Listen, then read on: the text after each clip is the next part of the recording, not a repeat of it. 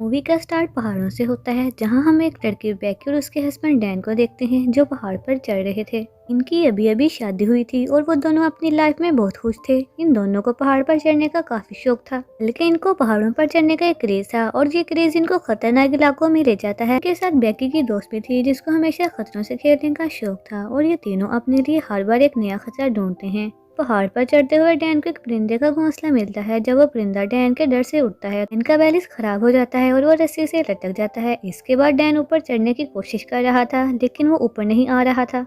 बेकी और इसकी फ्रेंड उसको बचाने की कोशिश कर रही थी, पर वो इसको नहीं बचा पाती और डैन नीचे गिर जाता है और मर जाता है। के बाद हमें 1 साल के बाद का सीन दिखाया जाता है, जहाँ पर हम बेकी को देखते हैं कि अभी भी अपने हस्बैंड के सदमे में थी। उसने अभी तक डैन की जली हुई हड्डियों को संभाल कर रखा हुआ था। इसके साथ साथ वो काफी शराब पीने लग गई थी, जिसकी वजह से उसकी जिंदगी खराब हो रही थी। के डैड अपनी बेटी की ऐसी हालत को देखकर परेशान हो रहे थे और वो अपनी बेटी की हालत को ठीक करने के लिए उसके सबसे अच्छे दोस्त को बुलाते हैं, जिसका नाम हंटर है। और ये वही लड़की थी जो बेकी और उसके हस्बैंड के साथ पहाड़ों पर चढ़ रही थी। तो अपने हस्बैंड की डेथ के बाद वो पूरे 1 साल के बाद अपनी फ्रेंड से मिली थी। तो उसकी दोस्त बेकी से कहती है, हम दोबारा पहाड़ों पर चढ़ने के लिए जाते हैं क्योंकि ये हमारा क्रेज था और तुम्हें अच्छा भी लगेगा। तो वो उसको एक पुराना रेडियो टावर दिखाती है जो 2000 फीट ऊंचा था और ये टावर एक रेगिस्तान में था। तो हंटर उसे अपने साथ चलने का कहती है और मजीद कहती है, तुम अपने हस्बैंड की राह को ऊपर से बखेरना और तुम्हें अच्छा भी लगेगा। फिर बेकी सब बातों के बारे में बहुत ज्यादा सोचती है। आखिरकार वो ये डिसाइड करती है कि वो हंटर के साथ उस टावर पर जाएगी क्योंकि वो इसके साथ टाइम गुजारना चाहती थी। इसके बाद दोनों अपने सफर पर निकल जाती हैं। रास्ते में ये दोनों मस्ती करते हुए अपने मोबाइल पर वीडियोस भी बनाती हैं, लेकिन इन दोनों की लापरवाही की वजह से उनका एक्सीडेंट होने वाला था। एक ट्रक जो बड़ी स्पीड से आ रहा था, आइन मौके पर वो अपनी गाड़ी रोक लेती है, जिससे वो दोनों बच जाती हैं और आगे बढ़ती हैं। ये दोनों अपनी मंजिल तक पहुंच गई थी। जाते हुए हंटर एक बकरी को देखती है जिसको परिंदे खा रहे थे, तो वो ये देखकर परिंदों को उड़ाती है। उस बकरी की तस्वीर लेकर अपने इंस्टाग्राम पर पोस्ट कर देती है, जिसके बाद वो दोनों टावर तक पहुंच जाती हैं। हंटर यहाँ पर वीडियो बनाती है और वह सब कुछ रिकॉर्ड कर रही थी। पहले तो वह टावर की ऊंचाई देखती है। बेकी को देखकर लग रहा था कि वो बहुत ज्यादा डरी हुई है। तो हंटर उसके पास जाकर उसको हौसला देती है कि डरने की कोई बात नहीं है, हम दोनों मिलकर कर लेंगे। तो वो दोनों अपने आप को रस्सी से बांध लेती हैं और ऊपर चढ़ना शुरू कर देती हैं। बेकी को लग रहा था कि टावर और उसकी सीढ़ी जंग आलूदा हो चुकी है। बेकी को डर तो लग रहा था, लेकिन ऊपर चढ़ना स्टार्ट हो जाती है। तो ज्यादा ऊपर चढ़ने पर हंटर उससे बताती है, हमारे टावर तक पहुंच गए हैं। यानी कि उन्होंने 1000 फीट को पूरा कर लिया था और वो काफी ऊंचाई पर चढ़ चुकी थी और हवा भी बहुत तेज चल रही थी, क्योंकि ऊंचाई पर होने की वजह से हवा की स्पीड भी काफी तेज थी। उन्होंने एक सीढ़ी को भी पकड़ लिया था। तो हंटर बताती है, हम लोग जल्द ही अपनी मंजिल तक पहुंच जाएंगे। बेकी जब नीचे देखती है तो उसे डर लगने लग जाता है, क्योंकि वो बहुत ऊंचाई पर पहुंच गई थी। तो हंटर उसे डरता देखकर सीढ़ी को हिलाकर बेकी से मजाक भी करती है, जिससे वह बहुत डर जाती है। मगर आहिस्ता आहिस्ता वो इतने ऊंचे टावर पर चढ़ गई थी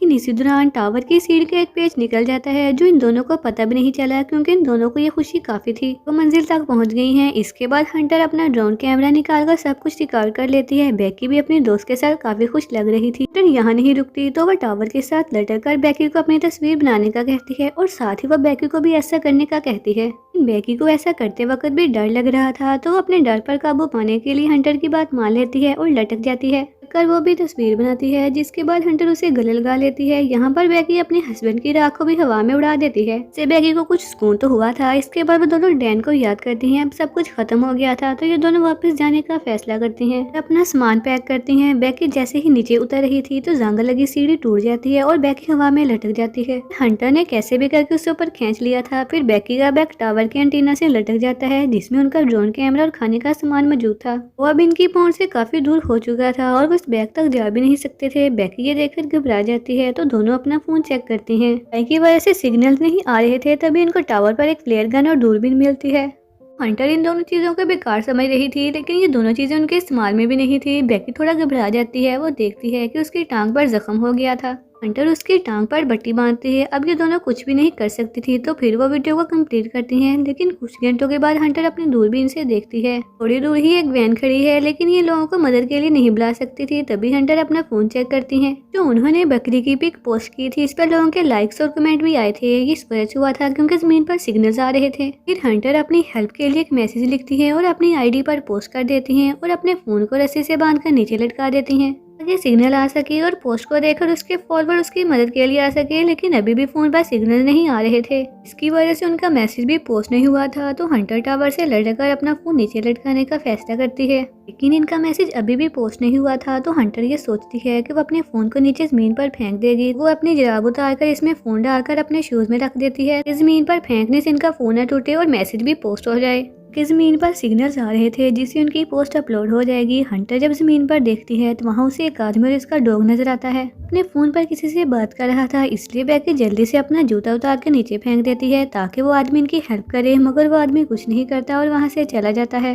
बैकी फ्लेयर गन चलाने लगती है तो हंटर उसे रोक देती है और उसे सूरज के ग्रुप होने तक का वेट करने का बोलती है। हमारी हेल्प करने के लिए कोई ना कोई जरूर आएगा। रात काफी हो चुकी थी तो बैकी टाइम पास करने के लिए अपनी पुरानी वीडियोस देखती है। तभी वो अजीब चीज नोटिस करती है कि उसकी दोस्त हंटर उसे और उसके हस्बैंड को अजीब नजरों से देख रही थी। लेकिन तभी हंटर उसे फ्लेयर गन चलाने का बोलती है। साथ ही वो अपने मोबाइल की लाइट को चलाकर इधर उधर करने लगती है और इन्हें दो आदमी देख लेते हैं, मगर वो आदमी इनकी मदद नहीं करते और ना ही वो इन्हें साफ नजर आ रही थी। बड़ी सी बात है कि वो दोनों इतनी ऊंचाई पर थी जिसकी वजह से वो किसी को भी नजर नहीं आ रही थी। वो आदमी इनकी गाड़ी को चुरा कर ले जाते हैं। अब रात को ये दोनों सोने की कोशिश करती हैं। हंटर नीचे गिरने वाली थी लेकिन बैकी उसे बचा लेती है। वो इसकी टांग पर एक टैटू बना देखती है जिसमें 143 लिखा हुआ था और यहाँ पर बैकी को याद आता है वो जब भी अपने हस्बैंड को आई लव यू बोलती थी तो वो जवाब में उसे 143 बोलता था। तो यहाँ बैकी को ये बात पता लग गई थी कि उसके हस्बैंड डैन और उसकी दोस्त का आपस में कोई रिश्ता था। तब हंटर के पास भी कोई दूसरा ऑप्शन नहीं था तो वह बैकी को अपने और डैन के बारे में बता देती है। बैकी ये सुनकर अजीब सोच में पड़ गई थी। हंटर उससे माफी मांगती है। इसी दौरान बैकी अपने बैग को देख रही थी जिसमें ड्रोन कैमरा और खाने का सामान था। तो हंटर उसे कहती है तुम्हारे बैग को मैं लेने जाऊंगी।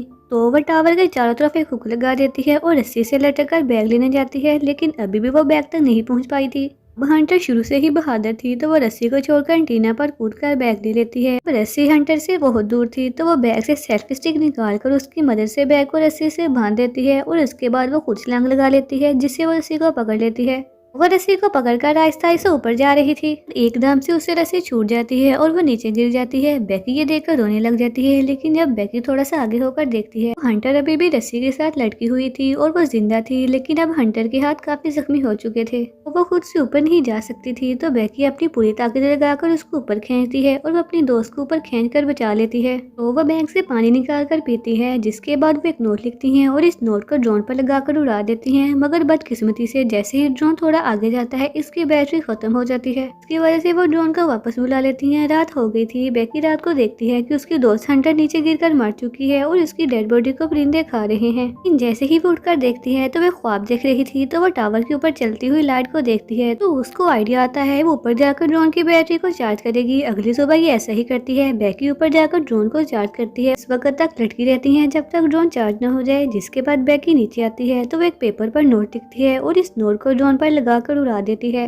और उस ड्रोन के घर की तरफ भेजती है। इससे पहले कि ड्रोन घर तक पहुंच जाता वो ड्रोन वैन से टकराकर टूट जाता है। इनकी आखिरी उम्मीद भी खत्म हो गई थी तो ये एक दिन इस उम्मीद पर गुजार देती हैं कि कोई इनकी मदद के लिए आएगा। बैकी की हालत बहुत खराब हो चुकी थी। अब उसके लिए एक दिन भी गुजारना मुश्किल हो रहा था तो वो हंटर से उसका जूता मांगती है ताकि वो अपने फोन को नीचे फेंक सके, क्योंकि अब उनके पास कोई दूसरा ऑप्शन भी नहीं था। हंटर उसको ऐसा करने से मना कर देती है। यहाँ पर हमें पता चलता है कि हंटर उसके साथ थे ही नहीं, वो तो नीचे गिरकर मर चुकी थी। वो नीचे बैकी का बैग लेने गई थी। ये सिर्फ बैकी का ख्याल था कि हंटर उसके साथ है ताकि वो खुद को अकेला महसूस ना करे। वो नीचे देखती है तो उसकी दोस्त हंटर की डेड बॉडी को परिंदे खा रहे थे। बैकी अब बहुत ज्यादा रोती है। वो अपने डैड के लिए एक मैसेज रिकॉर्ड करती है जो इसका लास्ट मैसेज था। अब इसको भी ये उम्मीद नहीं थी कि वो जिंदा रहेगी और कोई इसे बचाने भी आएगा। वह हो गई थी और एक दिन और गुजर गया था। तभी परिंदा आकर उसकी टांग से निकलता हुआ खून देखकर उसको खाने आ जाता है। बैकी उस परिंदे की गर्दन पकड़कर उसको तोड़ देती है और खा जाती है, जिससे हमें पता चलता है कि बैकी अब भूख बर्दाश्त नहीं कर सकती थी और वो इस टाइम कुछ भी खा सकती थी। परिंदे को खाने के बाद उसको ताकत मिलती है। दूसरी तरफ उसके डैड भी अपनी बेटी के लिए बहुत परेशान हो रहे थे। वो अपनी बेटी के बारे में पता करना चाहते थे कि इनकी बेटी कहाँ है। उधर बैकी हिम्मत करके उस जगह उतरती है जहाँ हंटर की लाश एंटीना पर लटकी हुई थी। अपने फोन को हंटर के जूते में डालकर उसके पेट के अंदर रख देती है। हंटर की डेड बॉडी से सॉरी बोलकर उसके नीचे फेंक देती है ताकि उसका फोन न टूटे और उसके डैड को उसका मैसेज मिल जाए। के बाद हम देखते हैं कि बैकी के डैड उस टावर के पास पहुंच गए थे, मगर जैसे ही वो वहां वहाँ पड़ी हुई लाश को देखते हैं जो हंटर की थी और उसको पुलिस वाले लेकर जा रहे थे। तो वो समझ रहा था